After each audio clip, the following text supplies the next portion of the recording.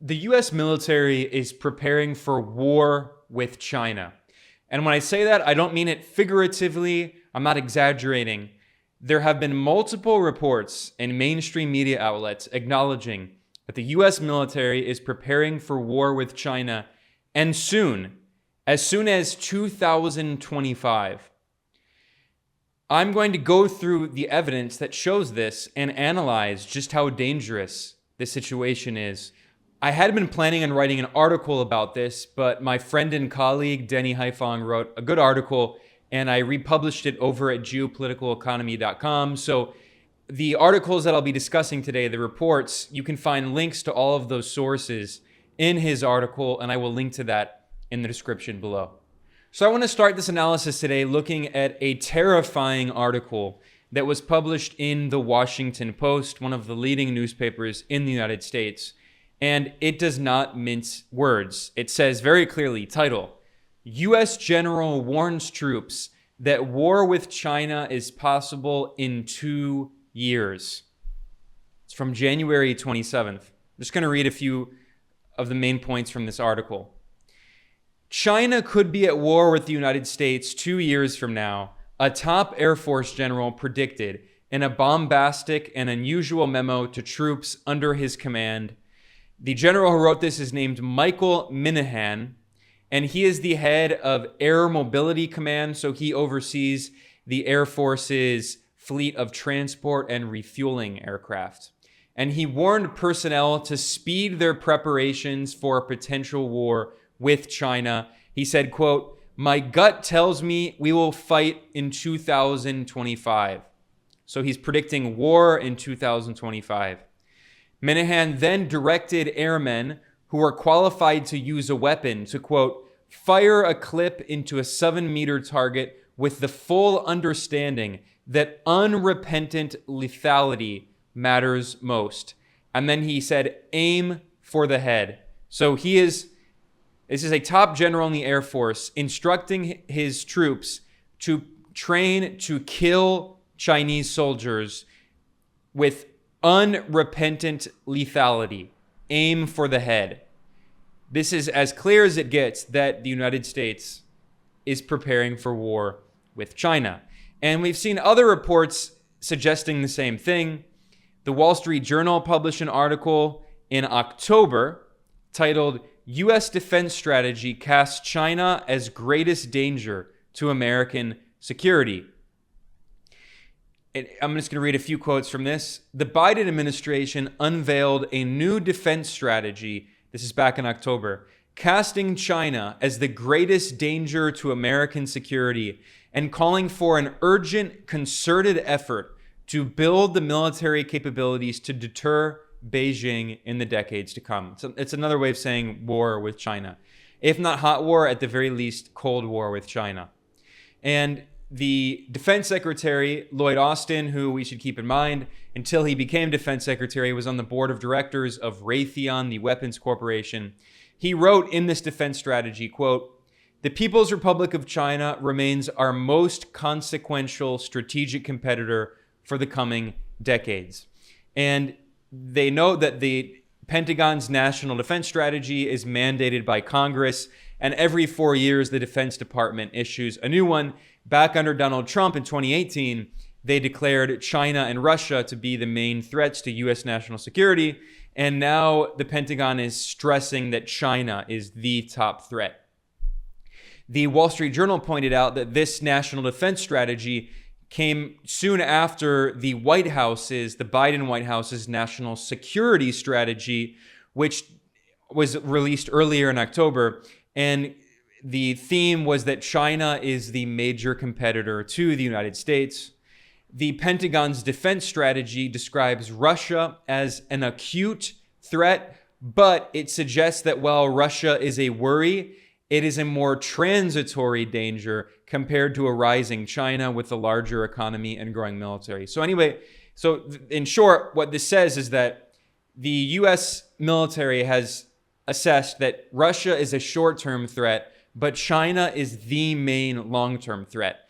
Now, I would also add that China and Russia are strategic partners, they're allies, and they're integrating their economies more and more closely, using each other's currency. They're also doing military exercises together. So when we talk about China and Russia, increasingly their geostrategic partnership shows that if the United States is going to wage war on China, it's going to also be waging war on Russia. I mean, the US is already waging a proxy war on Russia right now in the proxy war in Ukraine. And I've done a report showing how the CIA and a NATO European ally are already carrying out sabotage attacks inside Russian territory. So the possibility of this to escalate further into World War III is very dangerous, if World War III hasn't already begun. Now, the Wall Street Journal pointed out that the Trump administration's national defense strategy from 2018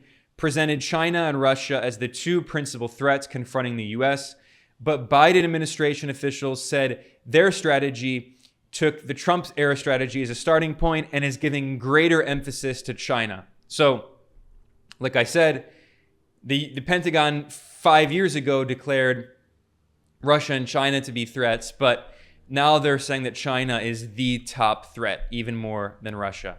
So that's another article that should be very concerning, but it's going to get even more concerning. I mean, the danger that we're talking about here. The Financial Times published an article. This was in January, and it's titled, U.S. Military Deepens Ties with Japan and Philippines to Prepare for China Threat.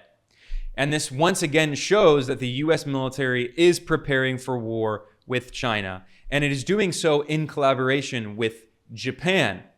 And this is, of course, quite scary because Japan colonized China and other parts of East Asia. Japan committed genocide. Japan was allied with Nazi Germany. Now it's allied with the United States.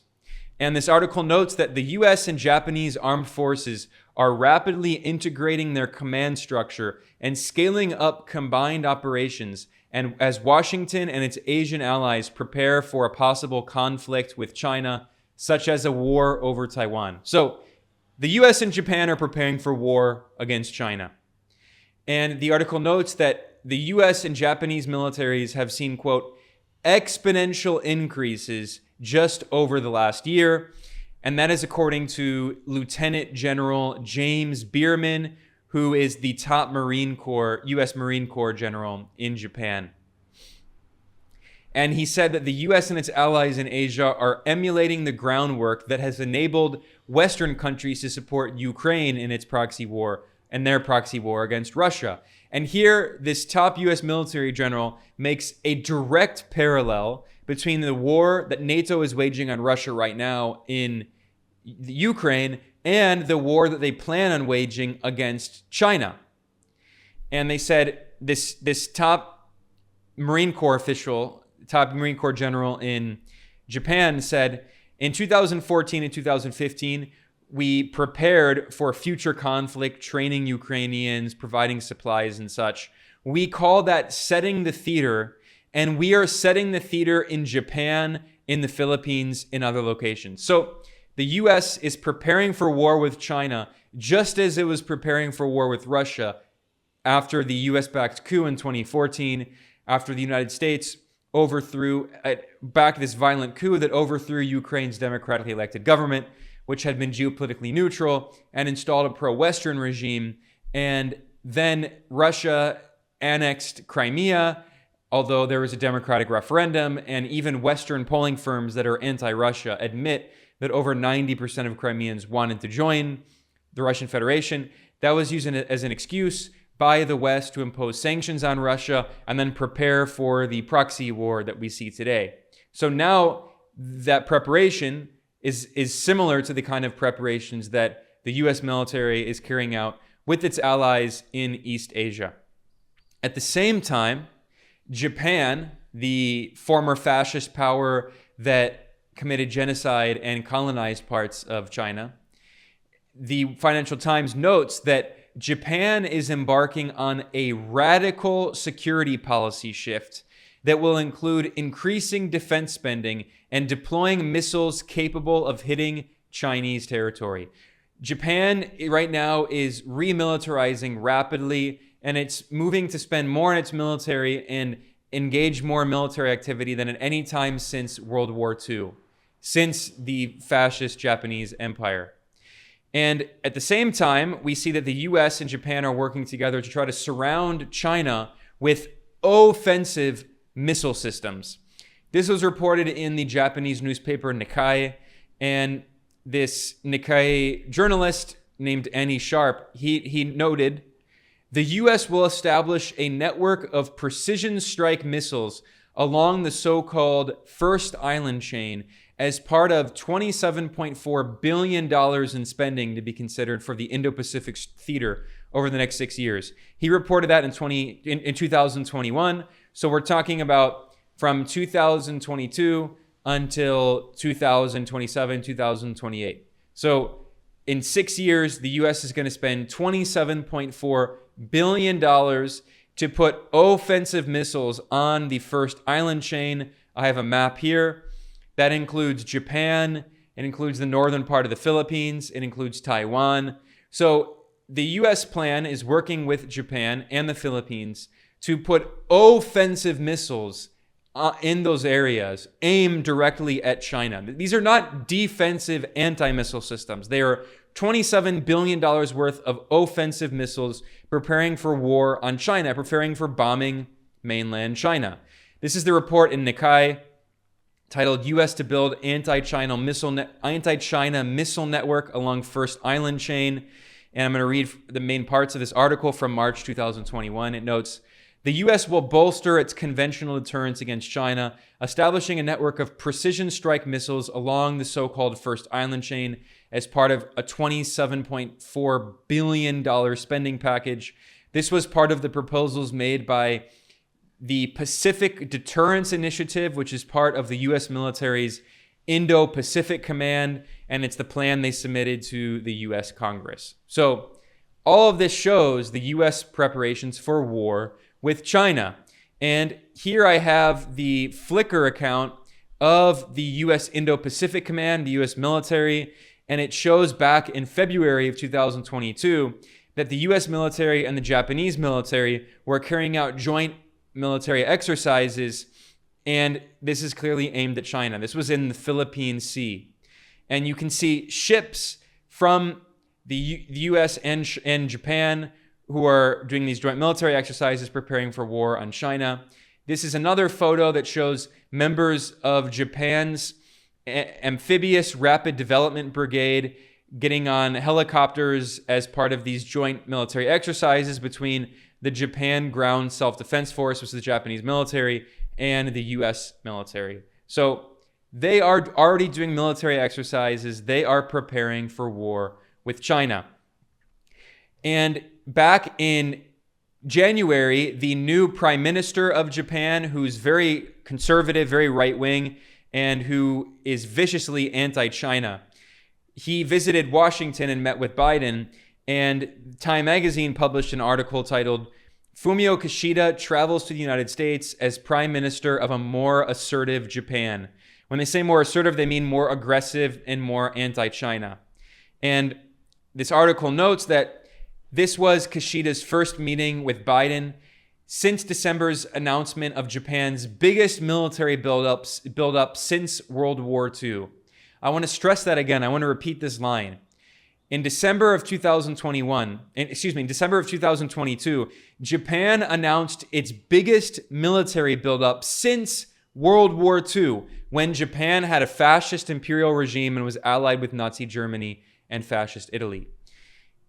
And not only did the new conservative Japanese prime minister, Kishida, meet with Biden, he also took trips to Britain, France, Italy, and Canada and met with them. And they're going to be holding a G7 summit in Hiroshima, Japan, in May of this year. So all this is preparing for these Western imperialist powers and Japan working together to prepare for war on China.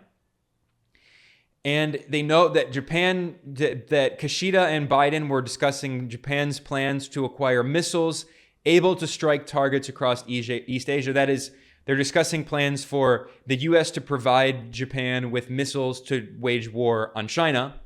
And they also discussed efforts to limit China's access to advanced technology like semiconductors. So going along with the conventional military war that the United States and its allies are planning to wage against China, they're already carrying out an economic war. That economic war really started under the Trump administration, and he imposed many sanctions and restrictions on trade, starting a trade war.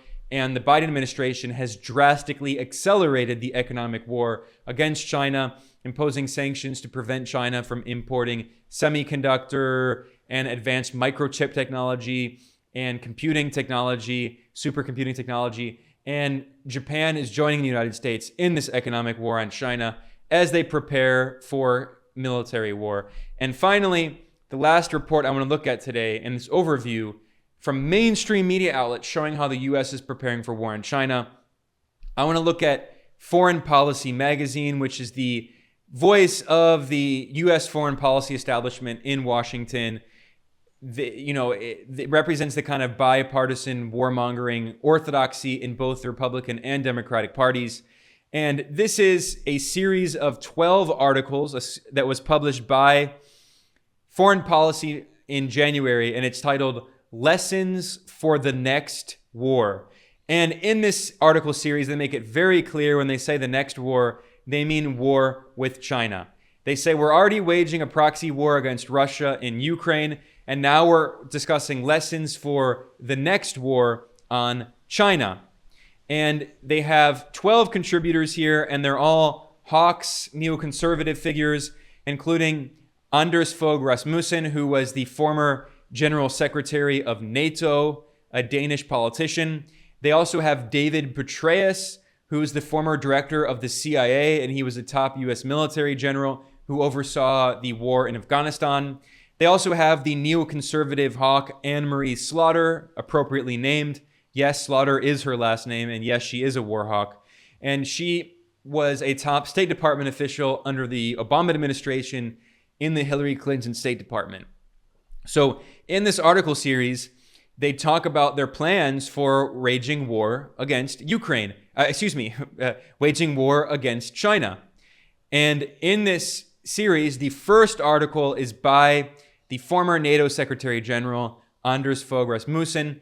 And he says the title of his article is Turn Taiwan into a Bristling Porcupine, by which he means we need to flood Taiwan with military equipment and weapons and troops. The U.S. already has troops in Taiwan, even though the U.S. claims to recognize Taiwan as part of the People's Republic of China, which international law says the entire world basically recognizes that Taiwan is part of China. And yet the U.S. is militarizing China and preparing for war against the U.S. is militarizing Taiwan and preparing for war against mainland China. And here, this former NATO chief, is calling for militarizing Taiwan and turn it into a bristling porcupine against the mainland.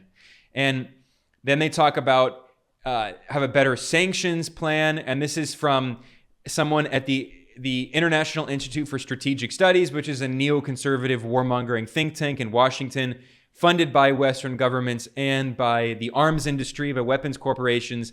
And it's talking about ways to have better economic warfare against China. And the image makes it clear. This is for war, economic war against China.